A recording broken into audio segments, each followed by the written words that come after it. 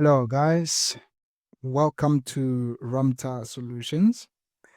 Welcome to your lesson on forces.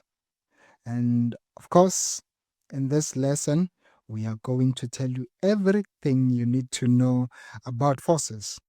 And this is the content you need for your grade 11 and 12 physical sciences syllabus.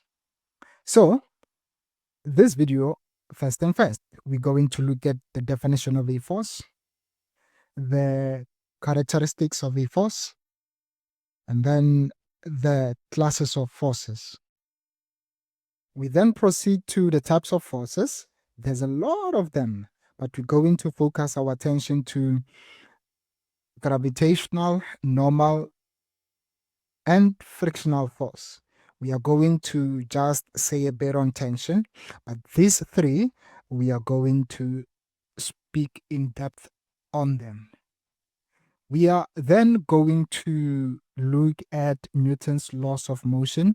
We are going to look at all the three laws of motion, not to have examples, but to explain them. Then we conclude this video with a look at Newton's law of universal gravitation. Sorry about this. It's Newton's law of universal gravitation. Okay?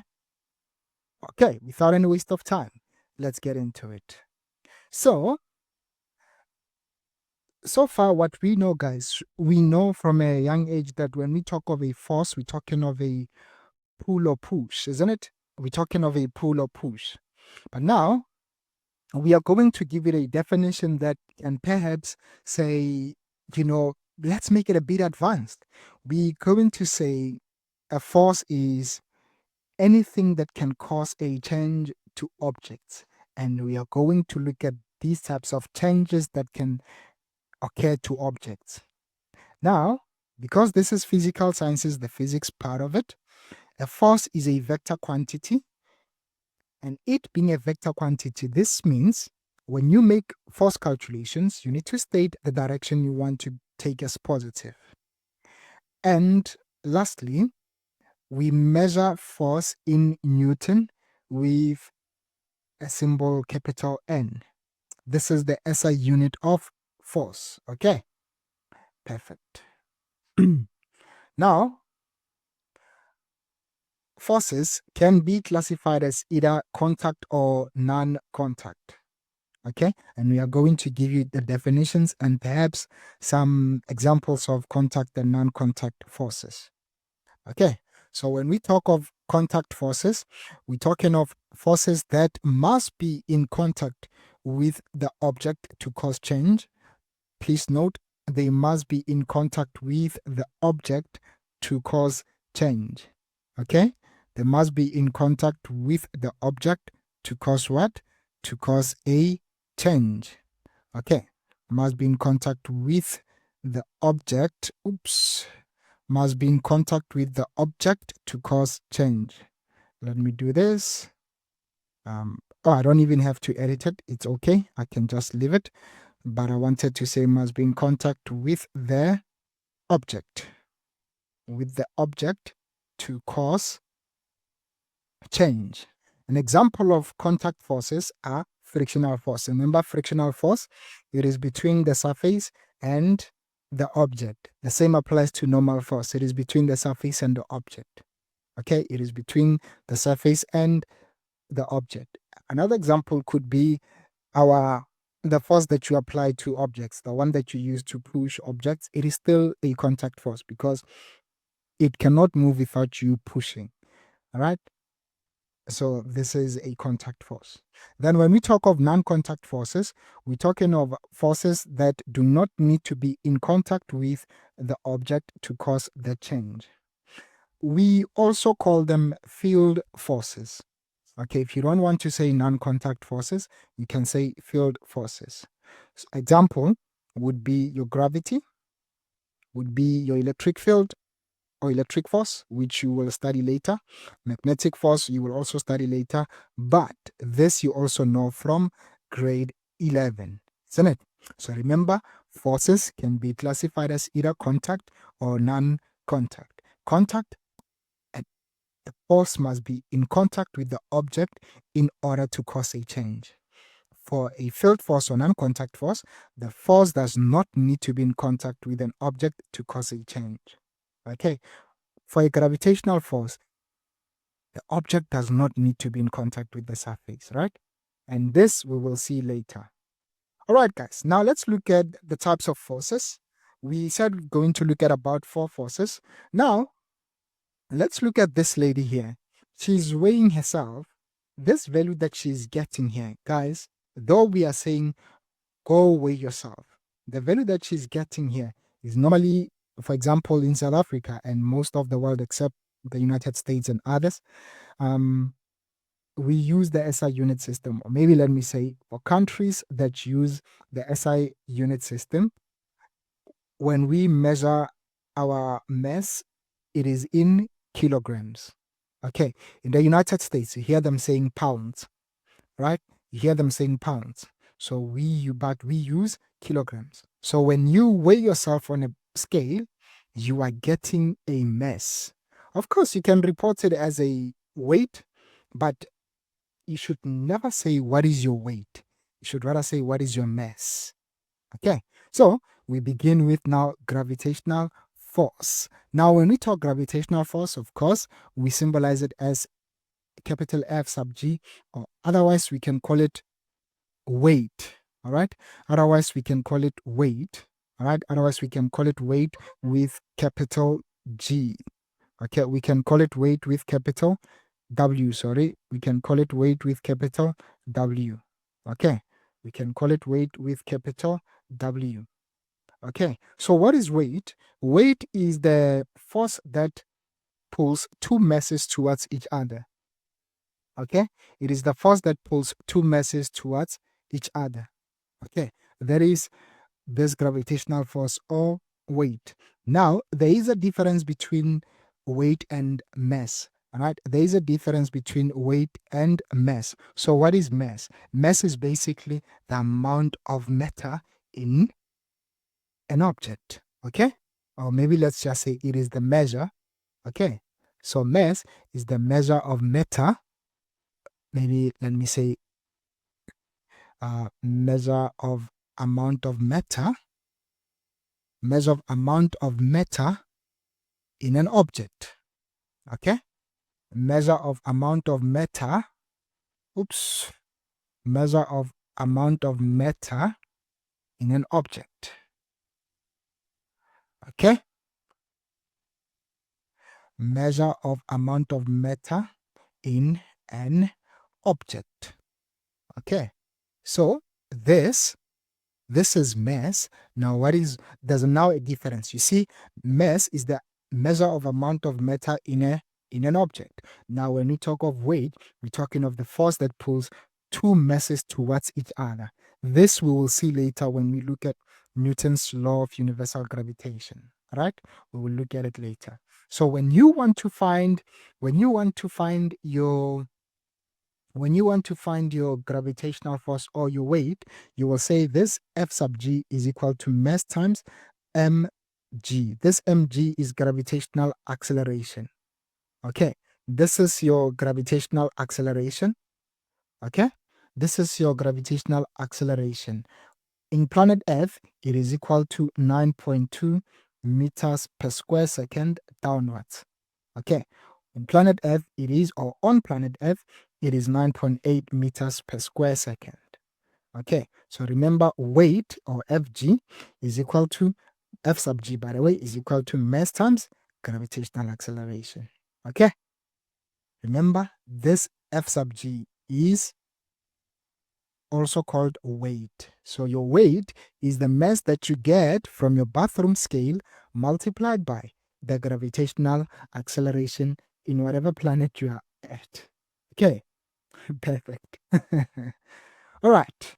So now we are now going to look at the normal force. So when we look at the normal force is basically a force which a surface exerts on an object that is in contact with. As you can see in this object here, this object, as you can see, it is lying on the surface, and the normal force, here is it is perpendicular to the surface. Okay, normal force is perpendicular to the surface. So remember the definition. Normal force, it is the force or component of the force which a surface exerts on an object it is in contact with. We are going to look at different ways in which we can calculate this normal force. Okay, right now it is tempting to say it is, since we're saying it is perpendicular to the surface, when you use your vector calculations, you will, it is tempting to say it is equal to the weight, but not as yet. Just hold on. Okay, not as yet, just hold on. So now here is the object. When the force is applied in the horizontal like this, your normal force will be equal to the weight. Okay, why? Because the net force of the forces acting in the vertical will be canceling each other, isn't it? It'll be canceling each other. The object is not moving. In this case, the object is not moving vertically, but moving horizontally. So the vertical forces will be canceling. In other words, F net horizontal will be 0. So what I'm saying here is this. If F net vertical, F net y will be mass times acceleration is 0. Okay? Acceleration is 0. So what is this? It'll basically be normal minus f sub g, which is equal to 0. And this brings you to this point. Okay, this brings you to this point. Now, what if the surface is inclined? Not the surface, but the plane is inclined. So let's look at that. Maybe it's okay to say the surface is inclined. So let's look at that. Pardon this mistake here. This small block is not supposed to be there, but it's okay. So when it's like this, we are expecting, perhaps let me change the color. When it's like this, we are expecting, which one should I use? I think I should use white. Yeah, white would do that. Okay, when it's like this, we are expecting the angle between the surface to be theta. Let's call it theta. Yeah, let's call it theta. Let's call it angle theta. Okay. So maybe to draw this block, we will say it is like this. Let me just do it here. It is like this. Okay. And of course, this is your normal. And then this is your F sub G. And we say this is your applied force. Now with this one, remember, we are trying to move our object to the right, meaning we are moving it horizontally. So if we move it horizontally, again, what we are going to say, oh, F net y is equal to 0, right? Because it is not moving vertically, right? So this will then say, okay, we have normal force minus F sub y, horizontal vertical component of force x, not minus but plus, yeah, plus, minus gravity because it's going in the opposite direction, F sub g is equal to 0. Now this is your normal force. Okay, this is your normal force. So when you have an object that's moving like this, please guys, be careful. Be careful. If your angle is inclined like this, you will need to find your gravity, your normal force in this way. Okay, you will need to find your normal force in this way. Then of course, proceeding, you know that your gravitational force is mass times gravitational acceleration, and your vertical component of the force will be F sine theta when you apply trigonometry, isn't it? It will be F sine theta, right? And this is how you get your normal force. So if you do this, you will always get your normal force correct. Now, maybe I should also add something. If your object is on an incline like this, okay, and the force is like this, guys, do not hesitate. Remember, this applied force is not at an angle, it is horizontal. So what you will need to do here, you will need to calculate your normal like you've been doing here. So your normal here we will look at this in our calculations. This is your FG. Your normal will be equal to FG sub y. This is FG sub y, and this is your normal, and of course this is your FGX. So here, when your object is moving on an incline, normal will be equal to FGY. Okay, what is FGY? It is mg, what is this?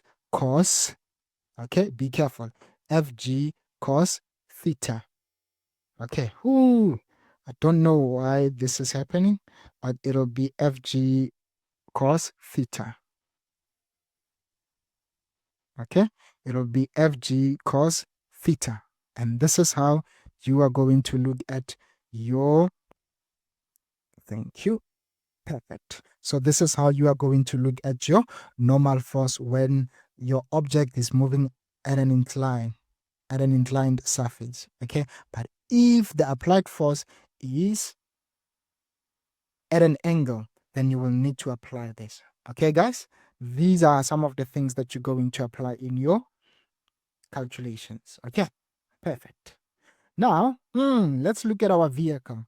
By now, you know that the reason our tires are built like this is basically to, it's basically an application of friction. Let me not give you much details, but it is basically an application of friction. Why? The reason our tires are built like this, where you see it's a bit rugged, this is to ensure that the tires get attached to the surface to avoid slippery. Okay, to avoid motion being slippery. Okay, this is to avoid motion being slippery. So we are basically now saying we are looking at frictional force. Of course, we symbolize it with this small f, or otherwise, if you're using a computer, it's an italized f. Okay, so this friction, it is nothing but a force that opposes motion of an object relative to the surface.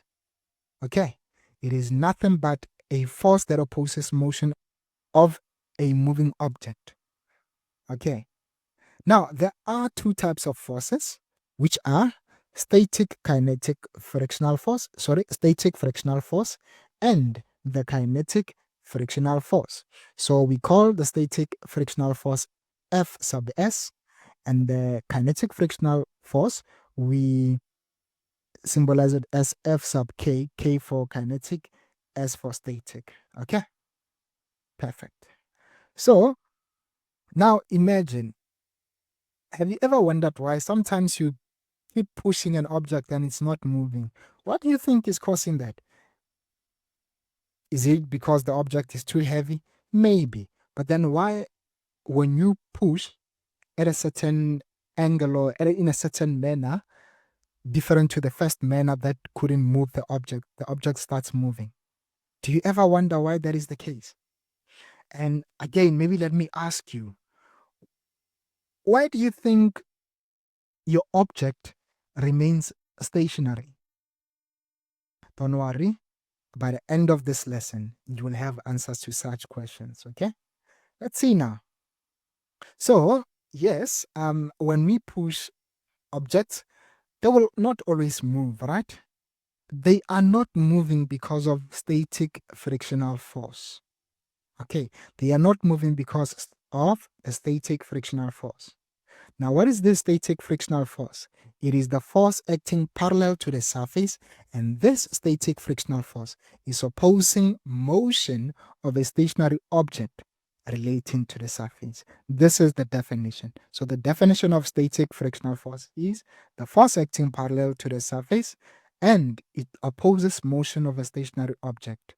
Okay, this is your static frictional force. Then, let's go back. Look at him. Finally, the object is moving. Let's do it again. The old man was able to move the object, right? What happened?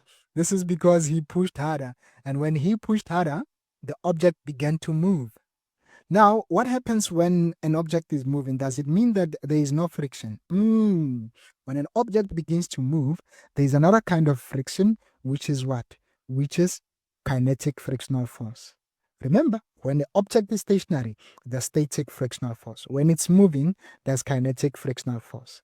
Now, you can see now that the stubborn friction is the static frictional force, meaning this static frictional force is greater than the kinetic frictional force, isn't it? So, this kinetic frictional force is the force that is acting, of course, parallel to the surface and opposes motion of a moving object. Okay, it opposes motion of a moving object. Now, remember, when the force that you're applying is less than the frictional force, the object will not move. You will begin to feel that this object is moving slightly. This means you must have reached the maximum static frictional force that the object has. Now, when you have been able to reach that level, your object can now begin to move. When this is moving, kinetic frictional energy takes place. Okay, when your object is moving, kinetic frictional force is taken over from static friction. Now remember, guys, friction, there will always be friction when an object is in contact with the surface. Whether the object is stationary or moving, friction is always there. Okay, perfect. Now, this diagram basically explains what we've been saying. In this region, when this is supposed to be your applied force, okay, this is supposed to be your applied force. So the relationship between kind static friction and applied force is basically linear. So when the applied force is equal to the maximum static frictional force, this is when your object starts moving. So to the right of this curve, this is when the object is moving and kinetic friction is taking over. Remember, I said frictional force is always present, whether an object is stationary or moving, or rather in motion. Frictional force is always present. Okay? Right. So the formulas that we use for frictional force are, for static frictional force, we will say it is equal to mu sub s multiplied by n for normal force. This is the normal force, guys. Okay? This is the normal force. I showed you how to calculate normal s. This mu sub s, or this mu, is the coefficient of friction. Before I explain it, for kinetic, it'll be mu sub k, k for kinetic, multiplied by the normal force.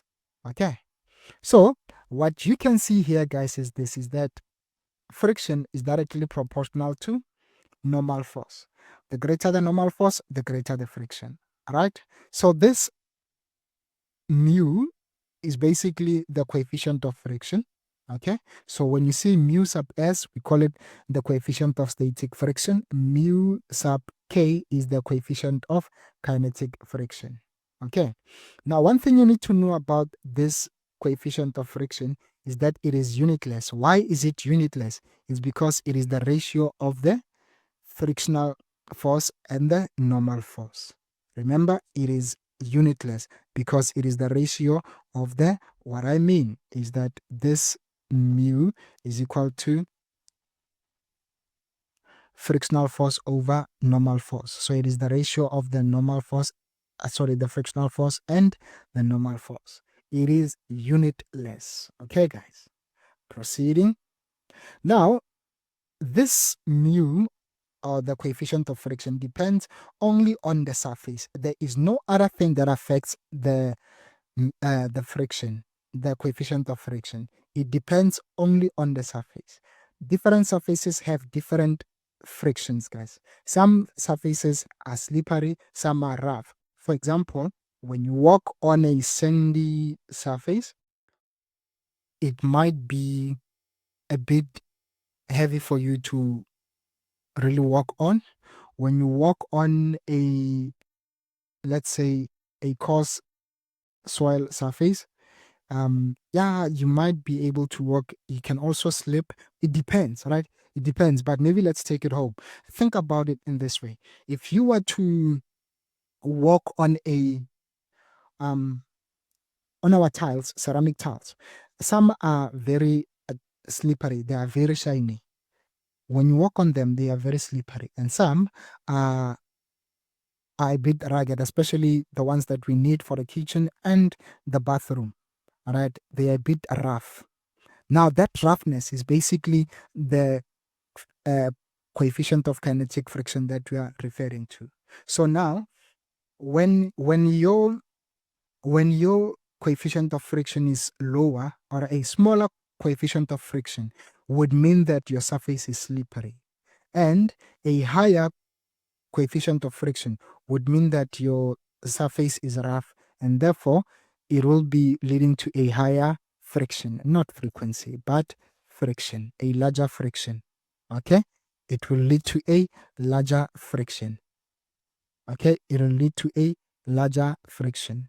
All right, rough surfaces correspond to larger frictional forces. Okay, now remember, every surface has its own coefficient of friction. Okay, every surface has its own coefficient of friction. Of course, we can improve friction between objects. For example, with your metal tools, for your scissors, if your scissors are really tight, you can't, especially these ones that we use to cut our trees, if they are a bit hard to move, you can lubricate them a bit. That goes for your clippers. You can lubricate them a bit. When you do that, you will be lowering the friction. All right, you will be lowering the friction, and this is when you will be able to cut nicely and faster. All right, perfect. Now we then look at your tension, but we're not gonna dwell much on tension. Tension, of course, is that force that exists, or that you find in your ropes, your chains, your struts, and all these um, support supporters, right? Especially, for example, when you are erecting a tent, you have your struts there. That is tension that is in place, right? So remember, tension is basically that force that you find in such things, your ropes, your chains and struts, isn't it? So you're going to see more examples that explain tension, but we're not really going to get deeper into it. Okay. There's also springs, but we're not going to dwell much on them. Okay. Yeah, we can also have the forces between springs, but we are not going to look at them as much. Okay. All right. Moving on. Now we are looking at Newton's laws of motion. The first law of motion, Newton's first law of motion, says an object continues in a state of rest or in uniform velocity unless a non zero net force is acting on it. There is a reason why we're saying a non zero net force is acting. If your net force is zero, there's nothing that's going to happen. Okay, so this is why we are saying a non zero net force. Otherwise, you can also say an unbalanced net force. Okay, otherwise, you can also say an unbalanced net force. So, this law is also called the law of inertia. What is inertia? Inertia is basically tendency of an object to resist changes to its motion. What are we saying? We're saying that when an object is at rest, it wants to remain at rest. If it is moving, it wants to move at uniform velocity. Okay, it wants to move at uniform velocity. Okay, this is inertia, ability of an object to resist changes in its motion. Okay, so another thing that you need to know about inertia is that it is proportional to the mass of the object. You have seen um, some objects, you can move them with ease, but others, especially the heavier ones, you need to add a lot of force in order for that object to move, right? So the smaller the size, or the smaller the object, the easier it is for that object to move. The bigger it is, the difficult it is to move. All right? So we're saying inertia is proportional to the mass of the object. Now, this explains what we had said. Remember, we spoke of static friction earlier, that your object is not stationary only because there's no force applied. It is stationary because there is a large frictional force between the object and the surface. You still remember static frictional force, right? Mm-hmm. Mm-hmm. Mm-hmm. Okay.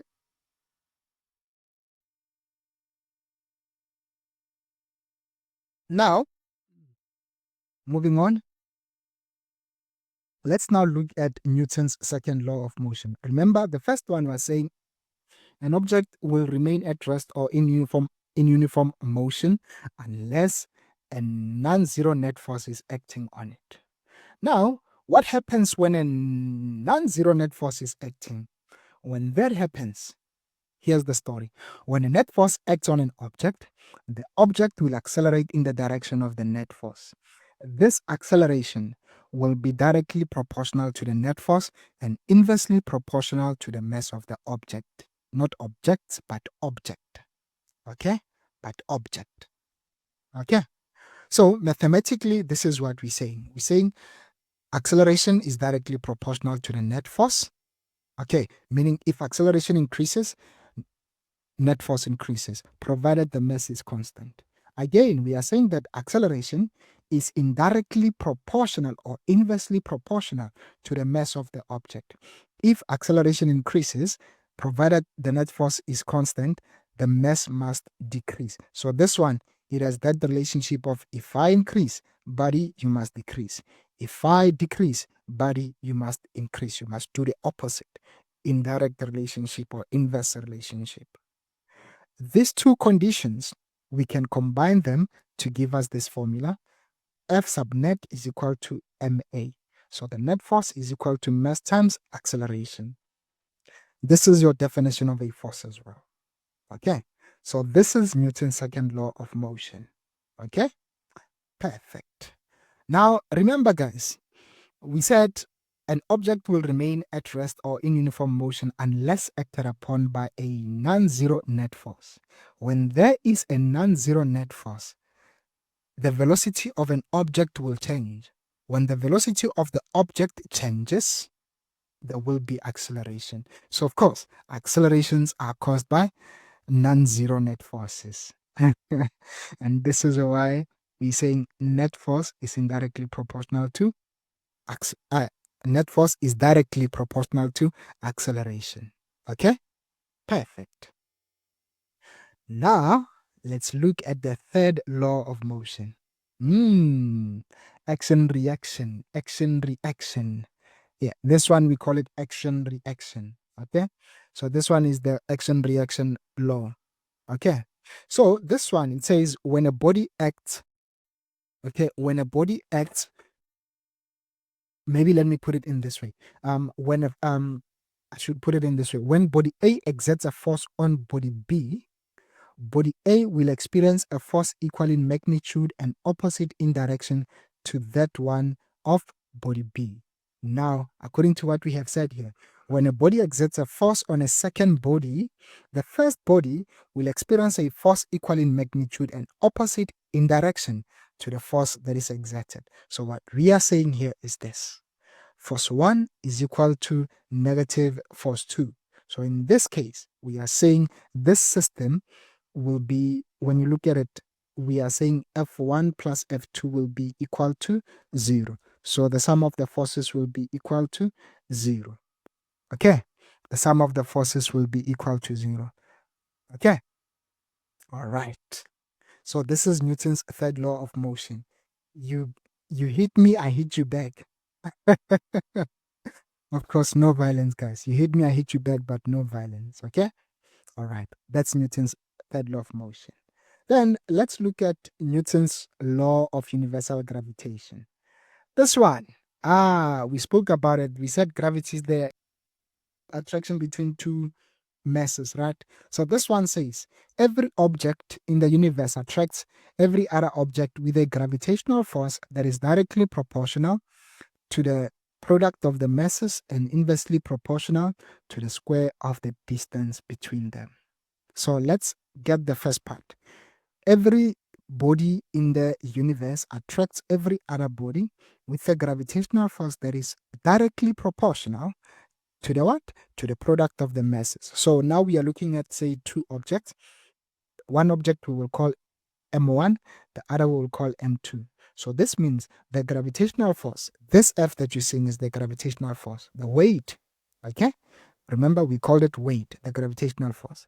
The weight is directly proportional to the product of the masses. The weight is directly proportional to mass 1 times mass 2.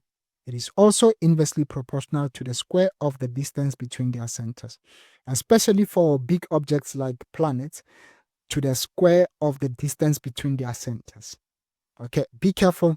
Distance between their centers. It's very key that you highlight their centers. So what does it mean? It means, again, weight is inversely proportional to square of the distance between objects.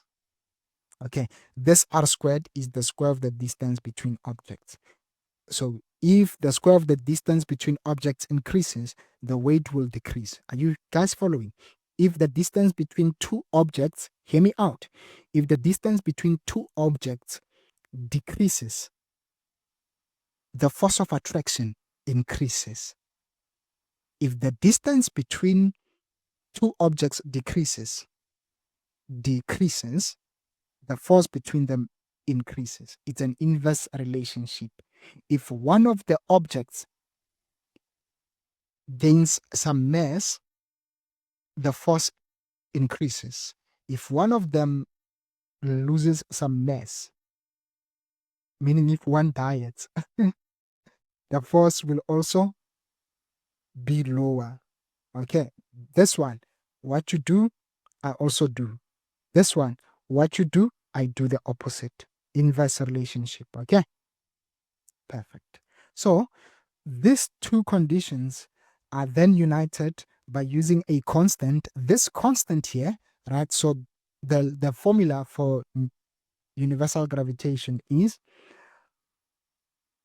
gravitational force is equal to universal gravitational constant multiplied by mass 1 multiplied by mass 2 all over square of the distance between the centers of the two objects. Now this G, we call it universal gravitational constant. Its value is 6,67 times 10 to the negative 11 Newton meter square per square kilogram. Okay, the unit is Newton meter square per square kilogram. Okay, this is your G. In your calculations, you'll always be using this G. Okay, perfect. Now, remember I said this force that we're looking at is what we call the weight. So using this formula, we can basically determine acceleration in any planet. We are going to show you the acceleration in our planet Earth. Okay? I'm going to show you the acceleration in our planet Earth. Okay? So, without any waste of time, let's get into it. So what I want to do now is this. Let's now imagine this one. Let's say an object in one planet weighs mass MO kilograms, and the mass of the planet is capital M kilograms. The radius of the planet is r meters. All right. We can find the acceleration in any planet. Right? We can find the acceleration in any planet, isn't it? So, sorry. So what we are then going to do is this. We are then going to say, you know what? Maybe let's try to look at this. Let's try to say, maybe let's try to do this. Let's try to say, okay, we have the mass. If we have the mass, we can find the weight of this object in whatever planet. Okay? So the weight of this object in whatever planet will be m, that mass times acceleration. So this acceleration will be will be what you call the gravitational acceleration, because you're looking at the weight. So this will be gravitational acceleration. Okay, this will be the gravitational acceleration. So we are saying, oh, F, which is the weight, is m0 times a. Okay, but we also know another formula of the weight. We said it's gravitational constant multiplied by mass of that object and mass of the planet all over the square of the distance between their centers. Okay, cool. Oh, what did we say? We said this F is also m sub naught multiplied by the acceleration. Okay, we know this. Now that we know this, we can say, oh, proceeding, we can find acceleration. Look at this. When you divide by m sub o throughout, what do you get? You see, these guys are canceling. So you can say acceleration is g times mass of the planet over the distance between the two objects, right? And you can try that. For example, mass of planet Earth. I forgot. Mass of planet Earth. What is it? It is a constant that's given to you guys. I want to look for it quickly. But it's fine. So now, you will see this in the videos that we have. There will be a pop-up somewhere on your screen that shows you the playlist of this section. You will see. You can now say, this, if I recall, it is 5,29 times 10 to the 25, and the radius of planet Earth is 6,38 times 10 to the 6. If you plug that, you will be getting 9,8 meters per square second. Okay, if you plug that, you are going to get 9.8 meters per square second. Okay, so with this, when you are asked to find the acceleration in any planet, you can do this. You can say it is gravitational acceleration constant multiplied by the mass of that planet over the radius of that planet. Because what this question will be asking you is this: to basically find this. Remember, we said it is the attraction between this object, an object that's lying here, and the center. So the center of Earth is this one here. So this is the center, right? This is the center. This is the gravity. This is why whenever you try to jump, you always fall down. All right. This is why whenever you try to jump, you always fall down. It's because of this gravity. This gravity says, hey, woza, you need to be on the ground. Right? You need to be on the ground. So guys, this is it. This is your Newton's your forces, in fact. This is your forces. So stay tuned for examples. Those examples will come as past papers. They will also come as some random questions. But trust me, it will be fun. Everything that we have learned here, we are going to also add on it, maybe by, doing some short videos. But this is all that you need. Okay, this is all that you need. Okay, so with that being said, ours ends here, and I will say to you, please do not forget to subscribe, like, and share with your classmates. Having said that, thank you so much for being with us. If you have stayed this far, you are the best. Thank you, and bye bye.